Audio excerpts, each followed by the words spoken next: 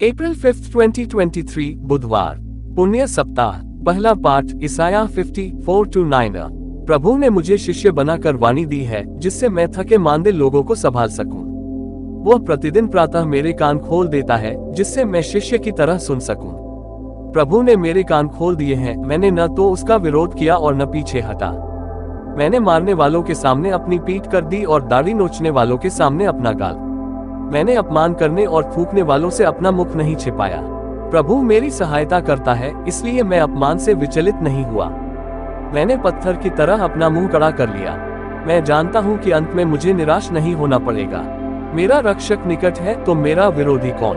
हम एक दूसरे का सामना करें। मुझ पर अभियोग लगाने वाला कौन? वह आगे बढ़ने का साहस करे। प्रभु ईश्वर मेरी सहायता करता है, तो कौन मुझे दोषी ठहराने का साहस करेगा? मेरे सभी विरोधी वस्त्र की तरह जीर्ण हो जाएंगे, उन्हें कीड़े खा जाएंगे। सुसमाचार, संत मत्ती 26:14-25। तब 12 में से एक यूदस इस्करियोती नामक व्यक्ति ने महायाजकों के पास जाकर कहा, यदि मैं ईसा को आप लोगों के हवाले कर दूं, तो आप मुझे क्या देने को तैयार हैं? उन्होंने उसे चांदी के 30 सिक्के दिए। उस समय से यूदस ईसा को पकड़वाने का अवसर ढूंढता रहा।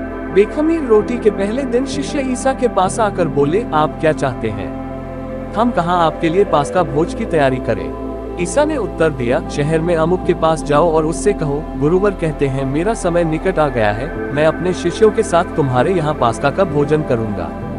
ईसा ने जैसा आदेश दिया, शिष्यों ने वैसा ही किया और पास्का भोज की तैयारी कर ली। संध्या हो जाने पर ईसा 12 शिष्यों के साथ भोजन करने बैठे।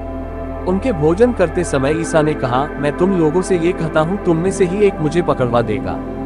वे बहुत उदास हो गए और एक एक कर उनसे पूछने लगे, प्रभु, कहीं वह मैं तो नहीं हूँ? ईसा ने उत्तर दिया, जो मेरे साथ थाली में खाता है, वह मुझे पकड़वा देगा।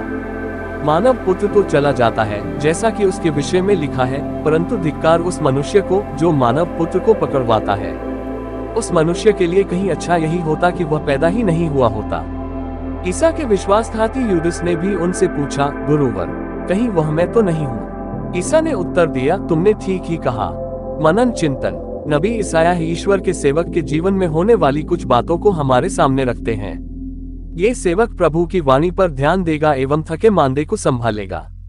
इस पर दोष लगाकर इसका विरोध होगा। इसको अपमानित किया जाएगा, फिर भी ये चुप रहेगा और सब कुछ चुपचाप सह लेगा। लेकिन इस सेवक का भरोसा प्रभु ईश्वर पर बना रहता है, क्योंकि वह जानता है वह उसे बचाएगा। यूदस महायाजकों के पास जाकर यीशु को बेचने की तैयारी में लग जाता है। यीशु आगे वाली पीड़ा समझ जाते हैं। प्रभु यीशु अपना पास्का का भोजन अपने शिष्यों के साथ करते हैं। अब समय आ चुका था। प्रभु यीशु पिता ईश्वर की इच्छा को पूरा करने के लिए तैयार हो जाते हैं। क्या हम प्रभु की वाणी पर ध्यान देते हैं? आइए हम भी प्रभु की इच्छा को पूरी करने के लिए तैयार हो जाएं। Please do subscribe the channel, comment, like and share the video. May God bless you and your family. Thank you.